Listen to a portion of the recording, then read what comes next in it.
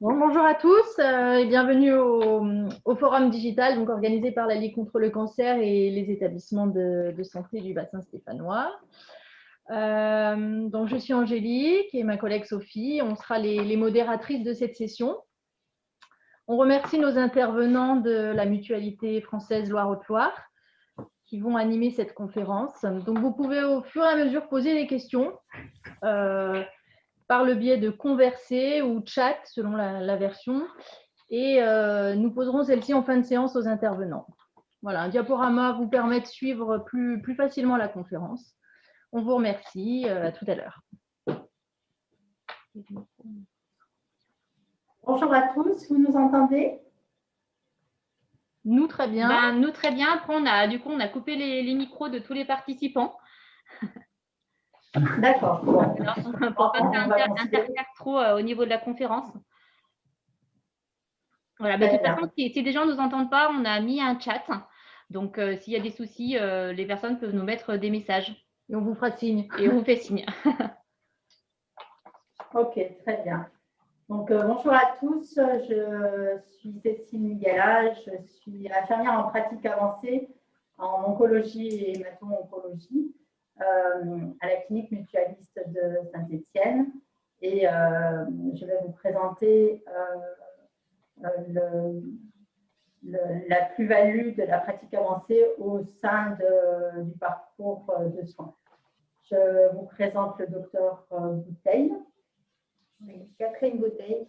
Je travaille à la clinique depuis quelques années et surtout pratique la chirurgie du sein et la chirurgie réparatrice. Et on est plusieurs dans l'équipe à la clinique mutualiste à s'occuper des dames qui en ont besoin. Et à côté de moi, il y a le docteur Reboul. Docteur Quentin Reboul, donc effectivement, chirurgien gynécologique à la clinique mutualiste à Saint-Étienne, effectivement, participant à l'activité de scénologie et de cancérologie pelvienne ici à la clinique, et très content de voir ce beau présentation de Cécile. Merci. Alors, on a aussi Agathe. Un petit coucou. Agathe Vin, qui est notre nouvelle assistante depuis novembre, donc qui n'était pas prévue, mais qu'on a rajouté à cette session. Que vous reconnaîtrez bien sûr quand elle sera dans la rue avec le masque. Ouais, pas de souci.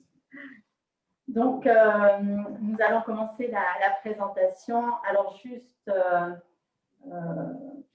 une petite définition de la pratique avancée.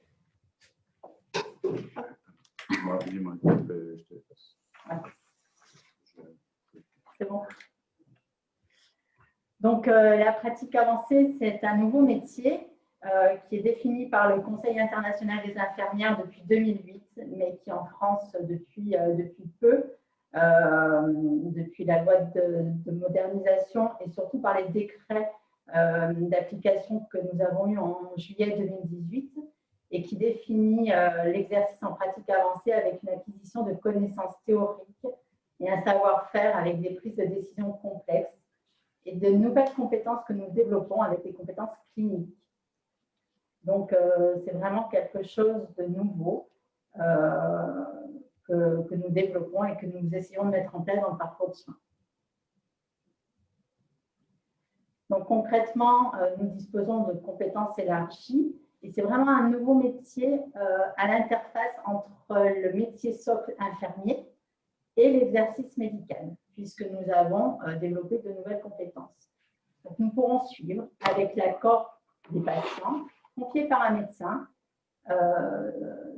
et vraiment définir dans un protocole d'organisation qui va définir la prise en charge, le rythme des patients. Et nous aurons la responsabilité de ce suivi régulier en alternance avec les médecins. Et nous redirigerons bien sûr les patients auprès des médecins référents dans la limite de nos compétences. Voilà. Pour ce suivi, pour ce suivi, nous apportons un suivi régulier pour des patients atteints de pathologies chroniques stabilisées, donc le cancer en étant un. En ayant la possibilité de prescrire des examens complémentaires, si nécessaire, dans le suivi du patient, des actes de suivi, de prévention ou de renouveler, voilà, ça c'est aussi important, des traitements ou de les adapter s'ils ne sont pas bien tolérés par le patient.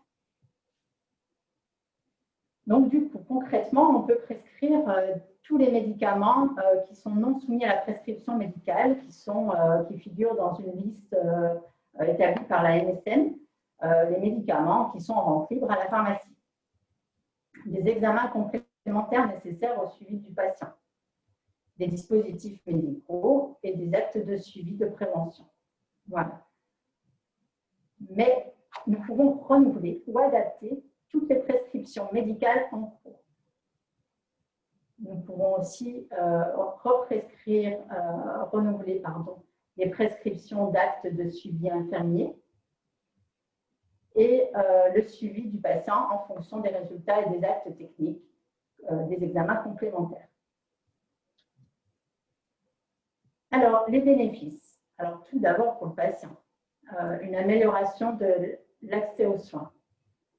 C'est une prise en charge qui est diversifiée avec plusieurs acteurs et une meilleure articulation des parcours entre la ville et l'hôpital. Pour nous, infirmiers, une nouvelle perspective de carrière avec l'opportunité d'un mode d'exercice plus autonome et d'une meilleure reconnaissance, y compris financière à terme. Pour les médecins, alors ça c'est très important, de dégager du temps médical. Le but est vraiment de réduire les délais de prise en charge. Si je peux effectuer cette surveillance, cela implique que le patient, un nouveau patient pourrait être pris en charge plus rapidement par l'équipe médicale. Et aussi pour le système de santé, bien sûr. Alors, juste une petite diapo pour vous dire un peu l'IPA en France. J'étais seule IPA en oncologie jusqu'à peu. J'ai une collègue qui m'a rejoint depuis septembre de cette année et qui travaille au CLB. Donc, nous sommes 2 sur la région Auvergne-Rhône-Alpes. Au total, en France, vous avez 18 universités qui proposent la formation. Voilà, donc c'est quelque chose qui s'est étendu. Chaque région a son université propre. Et du coup, pour communiquer sur ce nouveau métier, il a été intéressant de proposer, de publier au niveau des congrès, à différents congrès, et au niveau de la faculté également.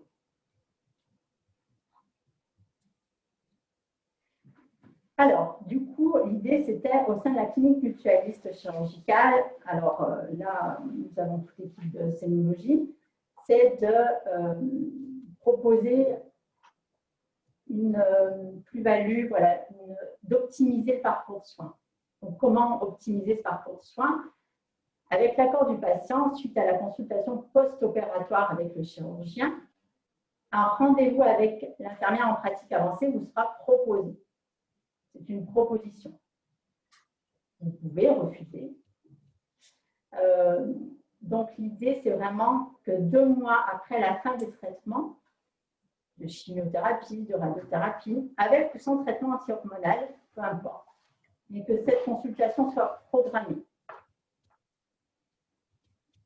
L'idée, c'est dans un premier temps, de prendre le temps, d'évaluer vos besoins au niveau social, de dépister les fragilités sociales, d'identifier si vous avez des besoins humains, une aide ménagère ou plutôt une aide financière.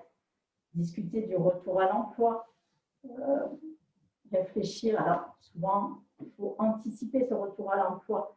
Est-ce que vous allez pouvoir reprendre le poste que vous occupiez avant? Est-ce qu'il va falloir plutôt l'adapter? Si vous avez eu un curage axillaire ou pas? Voilà, c'est des choses qu'on pourra discuter ensemble.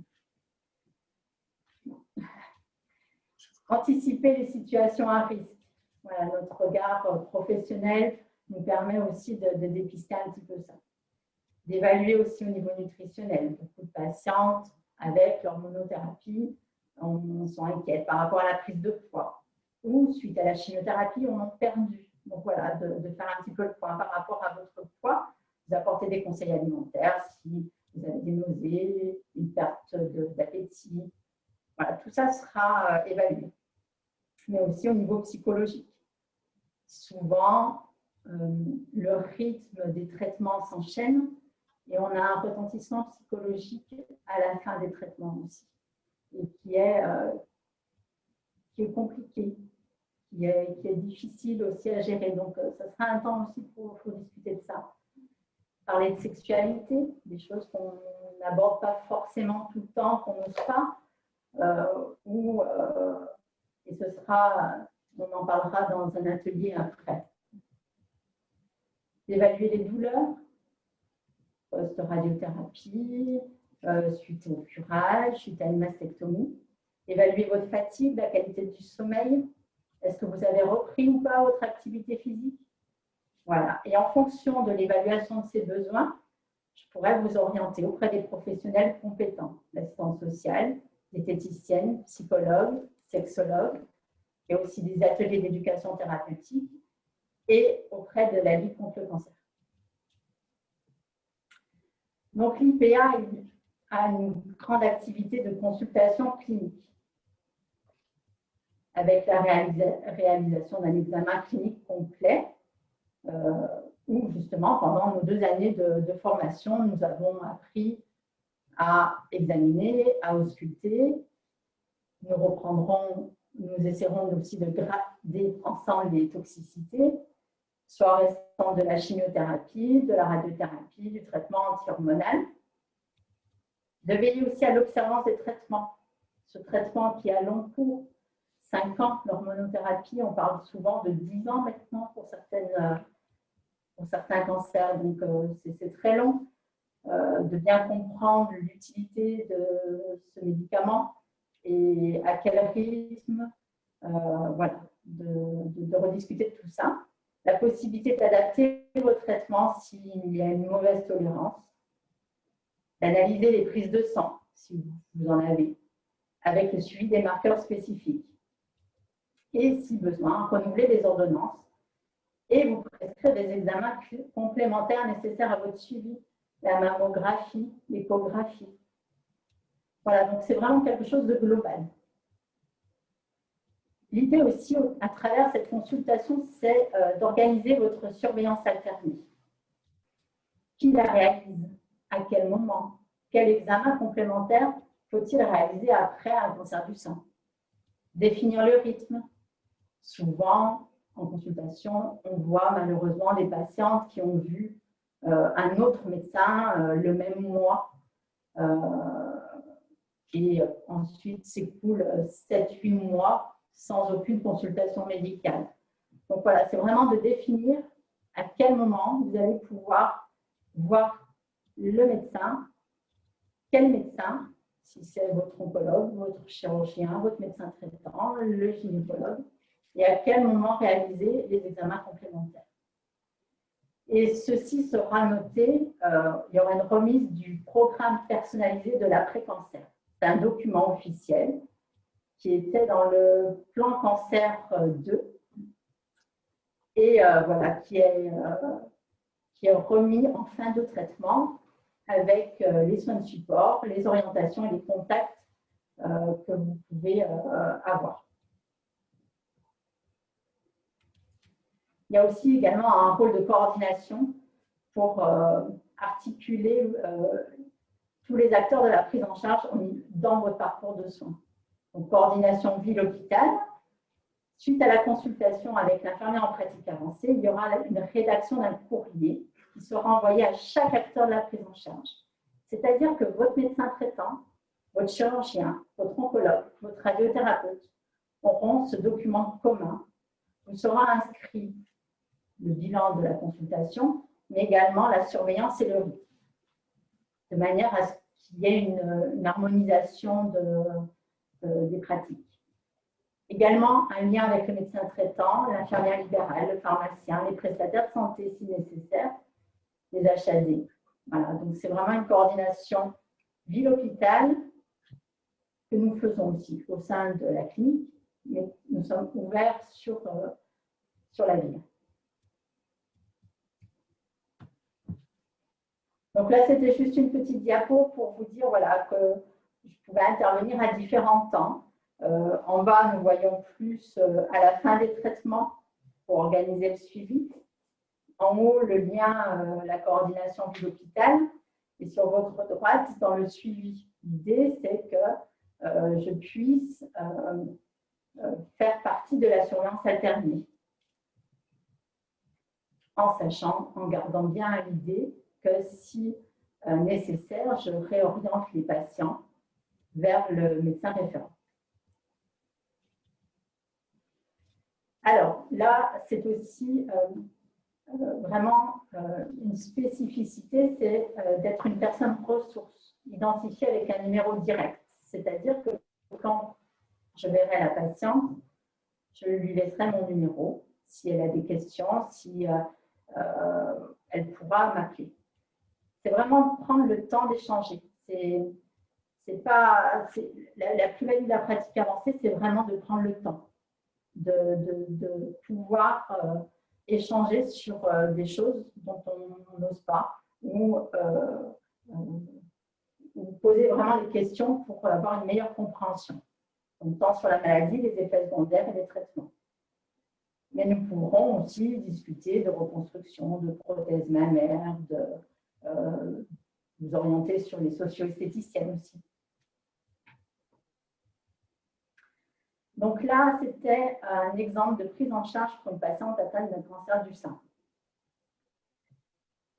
Donc l'idée, c'était de vous montrer un calendrier prévisionnel, donc je dis bien prévisionnel parce que ce n'était pas fiché, d'un parcours de soins pour une patiente atteinte d'un cancer du sein qui est traitée par chirurgie conservatrice, chimiothérapie, radiothérapie, hormonothérapie. Donc, c'est un parcours qui est long. L'idée, c'est de vous montrer, voilà, d'avoir cette idée de vision globale et dans le temps. Si nous prenons une patiente qui a un diagnostic de cancer du sein début janvier, donc là, il faut imaginer la mammo, l'écho, le médecin traitant, l'orientation vers un chirurgien, la consultation donc avec le chirurgien. Fin janvier, une chirurgie, la consultation d'annonce infirmière. En février, une consultation post-opératoire. Alors, je ne détaille pas le contenu de la consultation, ce n'est pas le but, mais c'est vraiment que vous imaginez le parcours. Avec la remise du programme personnalisé de soins, de traitement. Début mars, une consultation avec l'oncologue qui définit un protocole de chimiothérapie. Donc là, je vous ai mis un protocole, il en existe de nombreux autres. Donc, ils sont en violet, peu importe le nom, peu importe les effets secondaires. Ce n'est pas le but de ce diaporama, mais voilà, c'était pour définir le rythme. Sur l'autre diapositive, donc du coup, il y a une consultation avec le radiothérapeute fin juillet. Une radiothérapie qui se terminerait fin septembre. Et une consultation post-radiothérapie fin octobre. Pour cette patiente, nous voyons qu'elle devrait débuter l'hormonothérapie à la fin de la radiothérapie, c'est-à-dire début octobre. Et c'est à ce moment-là un peu que la surveillance alternée s'organise.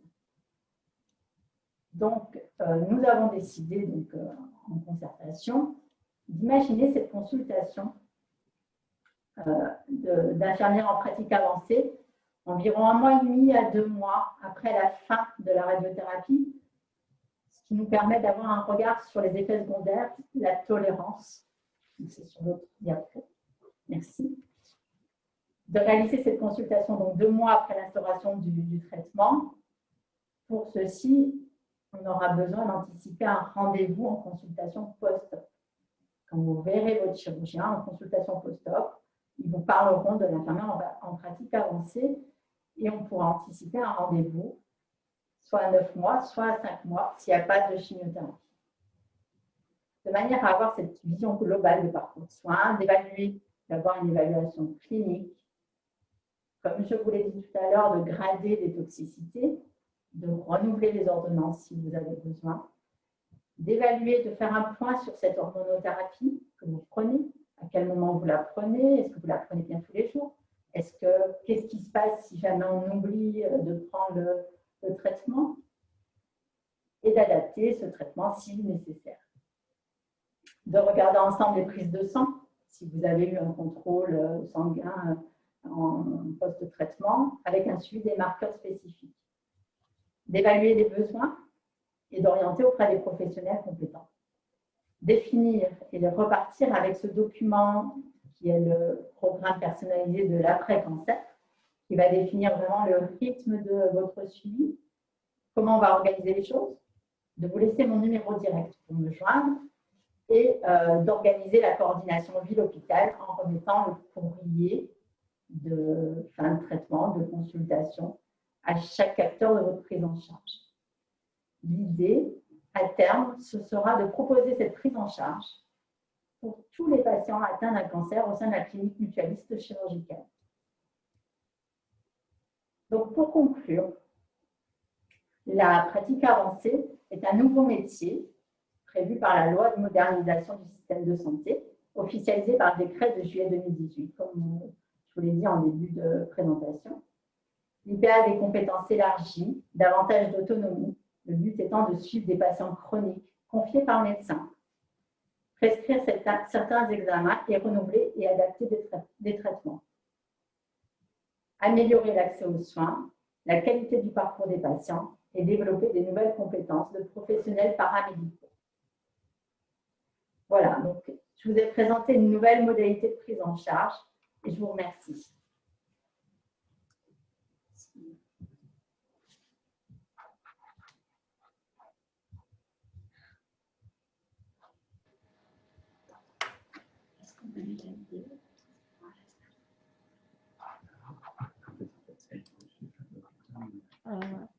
On vous laisse continuer. Vous avez des questions déjà?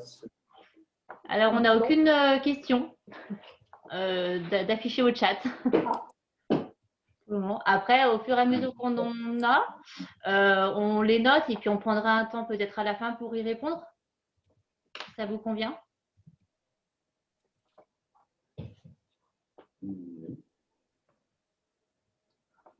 Bon, maintenant, non? Bravo. Oui, Les retours qu'on a, c'est bravo, merci, c'est bien clair. Mais on n'a pas de questions spécifiques pour le moment. Donc, n'hésitez pas, voilà, aux participants, n'hésitez pas à poser vos questions. Une question, quelles sont les compétences spécifiques de l'infirmière par rapport à l'IDE pivot? C'est le parcours d'infirmière pratique avancée. Alors, par rapport à l'infirmière pivot, c'est une très bonne question. C'est mes anciennes collègues aussi, donc je leur fais un coucou si elles sont en ligne. Alors, c'est des compétences, nous avons des compétences communes sur l'évaluation des besoins, sur l'orientation auprès des professionnels, sur la reformulation, sur l'observance, sur énormément de choses qui sont communes. Ensuite, c'est des compétences nouvelles, vraiment acquises par la formation universitaire de grade master sur l'examen clinique. Donc, c'est vraiment j'examine les patients, je sculpte les patients. C'est quelque chose de nouveau et qui ne fait pas partie du rôle de l'infirmière pivot ou de l'infirmière d'annonce. Je ne fais pas d'annonce non plus. Je ne fais pas le temps d'accompagnement soignant. Donc, c'est vraiment deux rôles spécifiques qui sont complémentaires à mon sens. Voilà. Et après, on avait une autre question qui était sur ton parcours, justement, de l'infirmière pratique avancée. Tu veux détailler ton parcours? Alors, mon parcours, donc je suis infirmière diplômée depuis 19 ans. J'ai travaillé 18 ans au sein de l'ICLN, ce qui me permet de connaître très bien la prise en charge oncologique et les différents acteurs qui travaillent à l'ICLN. J'ai travaillé tant en service d'hospitalisation qu'en service de jour. Et depuis 2010, j'étais infirmière pivot moi-même, de 2010 à 2015. Et en 2015, je suis partie pour la première année de ma formation sur l'université d'Aix-Marseille. Et j'ai fait ma deuxième année en 2018. Ça répond à la question du temps. Voilà. Ça dure 2 ans. Alors, le diplôme, c'est un diplôme d'État d'infirmière en pratique avancée qui dure 2 ans, donc de grade master.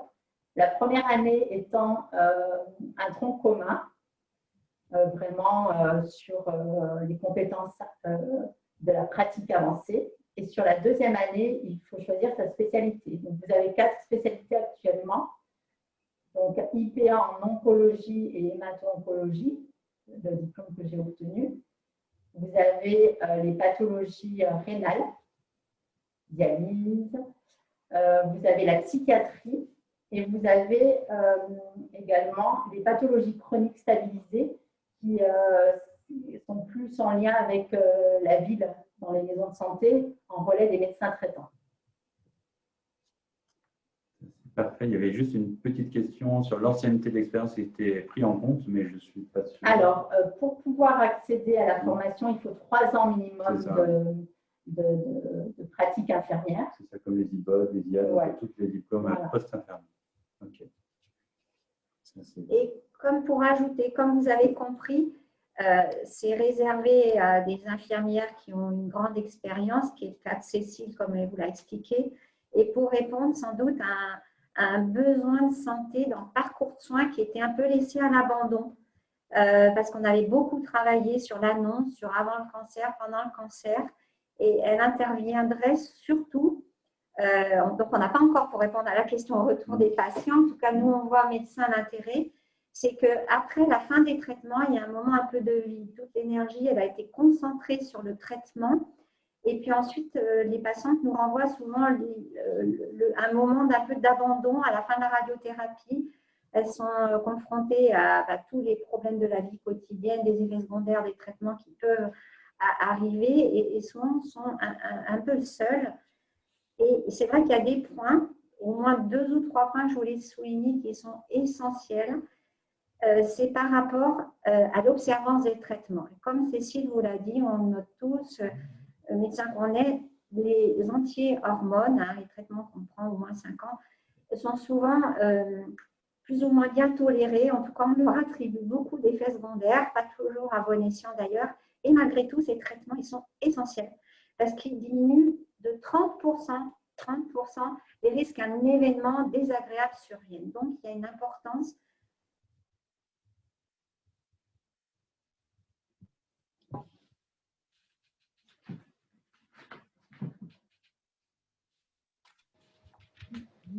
On ne vous entend plus. Attends, le son est coupé là. Si on essaie de le remettre. Désolé, ça nous a déconnecté. C'est bon, on vous Est-ce que entend à c'est bon, nouveau. vous entendez de nouveau? On vous entend, oui. Oui, je disais que l'importance du traitement est essentielle puisque ça diminue vraiment les risques d'avoir quelque chose qui revienne de 1/3 des cas et que beaucoup de patientes s'arrêtent. Il y en a 8 sur 10 qui, au bout de quelques mois, déjà, elles ne prennent plus bien leur traitement. C'est dommage parce que parfois, il faut juste réexpliquer les choses et ça rentre dans l'ordre. Un autre élément aussi, c'est que le rôle des infirmières pratiques avancées, c'est vraiment un gros travail, et surtout pas se substituer aux médecins traitants. Et vraiment, au contraire, c'est une aide parce que, comme vous avez vu, surtout dans les moments qu'on vit, le système de soins, il n'est quand même pas en excellente santé. Et du coup, les temps de soignants sont quand même assez rares, assez précieux. Et on peut tous être à un moment donné un peu surchargés ou il est difficile de revoir une patiente qui a besoin juste d'une information complémentaire. Et du coup, le fait d'avoir quelqu'un qui est là pour fluidifier le parcours est vraiment un vrai cadeau pour tout le monde, en fait. Voilà.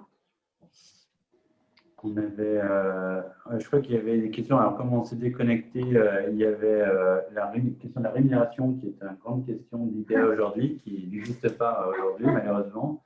Il n'y a pas à ma connaissance de plan de financement, en tout cas de ces infirmières pratiques avancées pour le moment. Et ça devrait, je crois, se Alors décanter, après, là. il faut, concernant les infirmiers libéraux qui souhaiteraient se lancer dans la formation, il faut vous rapprocher de l'ARS. Ils peuvent vous allouer une enveloppe. Concernant les infirmiers salariés d'un établissement public ou privé, il faut vous rapprocher de la formation continue. Voilà, globalement, c'est ça. Il n'y a pas de grille de salaire. Il n'y a pas de reconnaissance. Voilà. Et après, sur la grille salariale, non, il y en a une, oui. Mais qui, sur la fonction publique, qui ne correspond pas du tout au niveau de compétences et de responsabilité, parce que là, c'est notre responsabilité qui est en jeu. Voilà. Donc, on espère, ça va venir, il ne faut pas désespérer. Nous avons la reconnaissance des patients et de l'équipe, donc c'est déjà bien. Le début. C'est un début. Oui. Il y a la question là, qu'est-ce que vous savez de l'annonce aux patients sans cancer? Une collaboration avec les idées d'annonce, je pense bien entendu que ça c'est le cas. Et les comptes rendus consultables, effectivement aussi, hein, on a bien regardé à ça, à ces questions. Alors le lien avec les idées d'annonce, oui. Mon rôle est en transversalité. Je travaille en lien avec les infirmières d'annonce, les infirmières plaie et cicatrisation, les infirmières expertes sur l'urologie. Donc, nous avons des liens. Et au niveau des comptes rendus de consultation, ils seront intégrés donc, dans notre logiciel qui est Expert Santé. Et le compte rendu sera envoyé aux médecins traitants, aux oncologues, aux radiothérapeutes, voilà, à tous les acteurs de la prise en charge. Après, il y avait une question sur pensez-vous associer un patient expert à votre prise en charge? Alors la question, je ne m'étais pas posé la question, j'avoue. Nous sommes vraiment sur les débuts de la prise en charge, enfin, de l'implantation de la pratique avancée au sein de la clinique, au sein du parcours de soins. Donc, je ne sais pas. C'est une excellente idée. On pourrait imaginer s'il y a une ou deux personnes qui pourraient s'identifier comme experts, les faire travailler avec nous, ne serait-ce que pour travailler sur un petit questionnaire d'évaluation distribué à chaque patient, très simple, il ne faut pas que ça soit trop compliqué, et que ce petit questionnaire soit donné, je ne sais pas, pendant 6 mois à des patients qui pourraient bénéficier de cette prise en charge, et grâce aux patients experts, rediscuter, réévaluer les conclusions de ces questionnaires et pouvoir le rediffuser via la Ligue, via ce que vous voulez. Ça peut être une excellente idée. On n'y avait pas pensé. Ouais.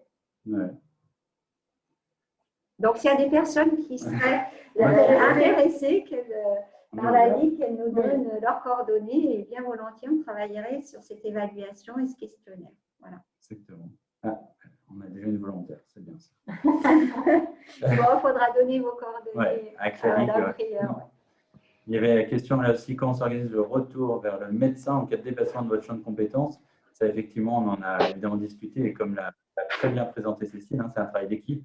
Et Cécile vient en complément dans une équipe. Hein, donc, effectivement, dès qu'elle voit un aléa, un événement, quelque chose qui sort de son domaine de compétences, de dépistage et de suivi Princeps, évidemment, nous, l'ensemble de l'équipe, on est toujours là et toujours disponible. C'est-à-dire qu'on peut voir la patiente le même jour pour régler souvent les problèmes ou alors pour des avis, etc. Donc ça, c'est effectivement, ça s'intègre vraiment au sein d'une équipe complète. Et voilà. Et puis, non, l'idée, c'est vraiment c'est un travail de confiance. Et si jamais j'ai un doute, parce que ce n'est pas en 2 ans qu'on a non plus l'expérience complète, approfondie, nécessaire. Donc, c'est de les appeler, de prendre le téléphone, de les appeler et l'idée, c'est qu'ils viennent. C'est ce que je faisais avant au sein de l'ICLN. C'est ce que je vais faire actuellement ici. Et c'est vraiment un complément, soit d'information, soit un conseil, une expertise complémentaire, soit vraiment une orientation plus rapide en interne au sein de la clinique. En travaillant également aussi, Cécile l'a dit, avec les équipes de l'ICLN, puisque vous savez que sur le bassin stéphanois, les chirurgies sont faites dans différents établissements de soins. Et par contre, la radiothérapie et la chimiothérapie, dans pratiquement 100% des cas, sont réalisées à l'ICLN. Oui. Donc, bien entendu, l'ICLN garde aussi toute sa place dans le suivi pendant le cancer, pendant les traitements et même après, parce que offre aussi, comme la Ligue, des soins de support qui sont importants. Ouais, c'est vraiment pas de se substituer à quelqu'un, c'est vraiment Compléter. un complément voilà, de prise en charge. Et d'être plus réactif aussi aux demandes. Oui, de limiter les délais de prise en charge qui ça. ne font que qu'augmenter partout dans le système de santé qui est au bout. Quoi. Bien sûr. Et réduire les délais de prise en charge. Réduire les délais de prise en charge, le lien médecine-hôpital, c'est très important aussi pour que les médecins traitants, même maintenant pour nous les sages-femmes, peu importe les infirmières, tous les professionnels de santé en ville, vous avez un lien facilité de façon très simple. Il y a un point qu'on n'a pas encore trop discuté, mais évidemment, c'est aussi sur le long terme. Et ça rejoint une discussion comment est accueillie par l'ensemble des médecins. Et je pense qu'on ne peut pas ne pas le voir positivement. Quel médecin ne pourrait ne pas le voir positivement, parce que la surveillance du cancer, le gold standard, la référence, c'est de surveiller 5 ans, mais on sait que malheureusement, les récidives arrivent peut-être et parfois après. Et c'est vrai que pour ça, la patiente est toujours dans son réseau de soins avec une infirmière pratique avancée, j'allais dire toujours au sein de la même équipe dans laquelle elle a été prise en charge.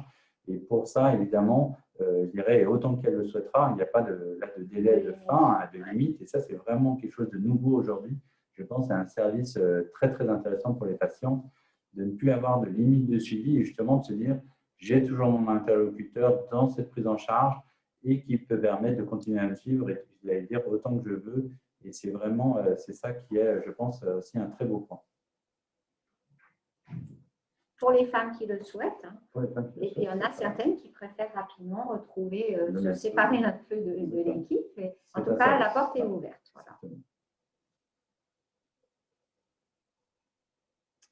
Est-ce que vous avez d'autres questions, d'autres points à éclaircir?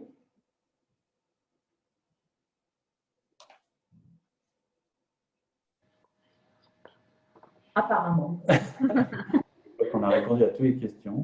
Vous avez de l'autre côté, de toute façon, bien entendu, si vous en avez d'autres ou si des gens en ont après, bien entendu, on pourra y répondre. Une nouvelle question qui arrive. Avez-vous envisagé l'intervention de l'infirmière en pratique avancée pendant le protocole de chimiothérapie? Ouais. Alors, l'infirmière en pratique avancée en cours de chimiothérapie, non, puisque nous n'avons pas de chimiothérapie ici. Et l'organisation a déjà bien en place au sein de l'ICLN avec les infirmières. Pas la peine de rajouter, là, c'est déjà en place. Oui, donc non.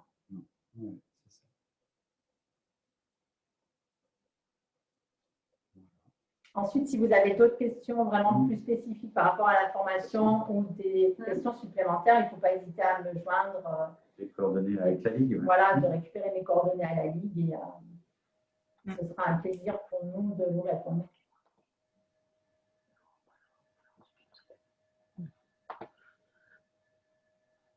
Ok. Pas d'autres questions. Bon. On remercie. Merci. Si, il y avait encore une question. Il y avait quelle est la liaison avec le médecin traitant? Et là, on est dans cette phase un peu de démarrage. De toute façon, le médecin traitant, il est aussi inclus au centre, évidemment, de la prise en charge et il est informé, justement, ça rejoint la question qui était, voilà, est-ce qu'il y a des documents, et comme le disait Cécile, on produit comme un rapport de consultation, finalement, qui est envoyé à l'ensemble des intervenants et le médecin traitant est évidemment mis dans la boucle. Et ça aussi, ça peut être une collaboration en fonction de certains médecins traitants qui veulent intégrer ce parcours de soins ou alors préférer qu'on puisse le gérer entièrement. Et ça aussi, c'est une collaboration, encore une fois, médecine de ville, hôpital, qui peut s'inscrire là-dedans. Et puis, comme vous êtes nombreuses et nombreux à avoir écouté ce qu'on vous a dit, vous pourriez être le vecteur aussi pour informer vos médecins que certains établissements ont la chance d'avoir des infirmières spécialisées et eux aussi peuvent s'adresser directement à elles si jamais il y a une petite question ou un rendez-vous qu'ils n'arrivent pas à avoir. Voilà, donc ça marche dans les deux sens. Et du coup, on compte sur tout le monde pour diffuser cette possibilité, comme une autre d'ailleurs, dans le parcours soin. Et la dernière question, avez-vous un temps de travail dédié à la recherche? Alors de toute façon, oui, on avait bien réfléchi à justement le positionnement de Cécile et qui peut justement dans cette démarche un petit peu scientifique, comme elle a aussi cette démarche, je dirais, de suivi, et probablement on va surtout déjà faire de la recherche sur les infirmières de pratique avancée qui vont être une évaluation à plus ou moins long terme de la qualité exceptionnelle, je pense, de l'apport de l'IPA, et qui vont permettre de montrer justement quel travail nous, par exemple, ça peut être ça, mais bon, ça c'est encore en début, mais ça peut être justement, effectivement, et oui, il y aura un temps de dire, voilà, quel est l'apport pour les patients, la satisfaction des patients, justement le réseau de soins, et un petit peu pour pouvoir démontrer, je dirais, aux autres établissements qui ne sont pas encore forcément, je dirais, voilà, je dirais peut-être pas d'accord, mais enfin, qui ne sont pas encore très bonne connaissance sur quel est l'apport de l'infirmière de pratique avancée. Et ça, justement, je pense que ça doit être évalué, ça doit être justement après publié pour que les gens,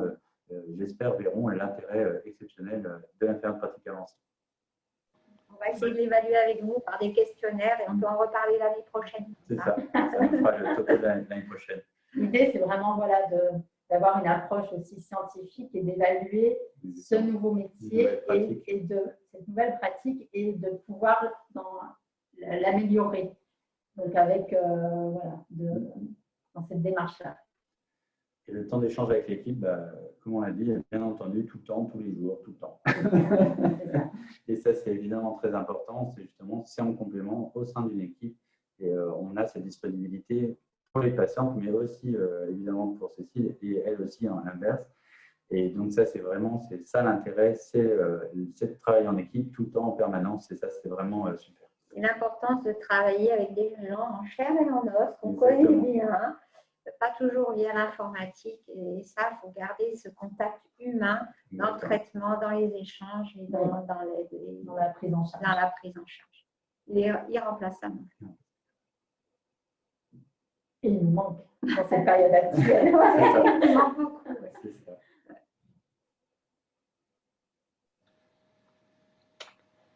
Bon. Est-ce qu'il y a d'autres questions? N'hésitez pas à les inscrire sur le chat. Après, de toute façon, s'il y en a, je pense qu'on est évidemment tous disponibles pour y répondre. Cécile aussi, je pense que l'ensemble de ses coordonnées, mail et compagnie sera donné à la Ligue. Donc, pas hésiter, si justement il y a des infirmières notamment qui seraient vraiment intéressées pour échanger, des patientes, des médecins, enfin vraiment tout le monde, on est disponible pour justement pouvoir discuter autour de ces nouvelles pratiques. Et merci à Fabienne Prieur et à toute son équipe de nous permettre de pouvoir échanger comme ça toutes les années et puis de pouvoir rester en lien les soignants et les patients. Voilà, merci à tous. Bonne journée, bon forum. Merci à vous, aux intervenants, aux participants également. Et puis, vous pouvez toujours vous inscrire sur les conférences de l'après-midi. Il reste de la place et c'est encore possible. Voilà. Merci à tous. Bonne journée. Merci.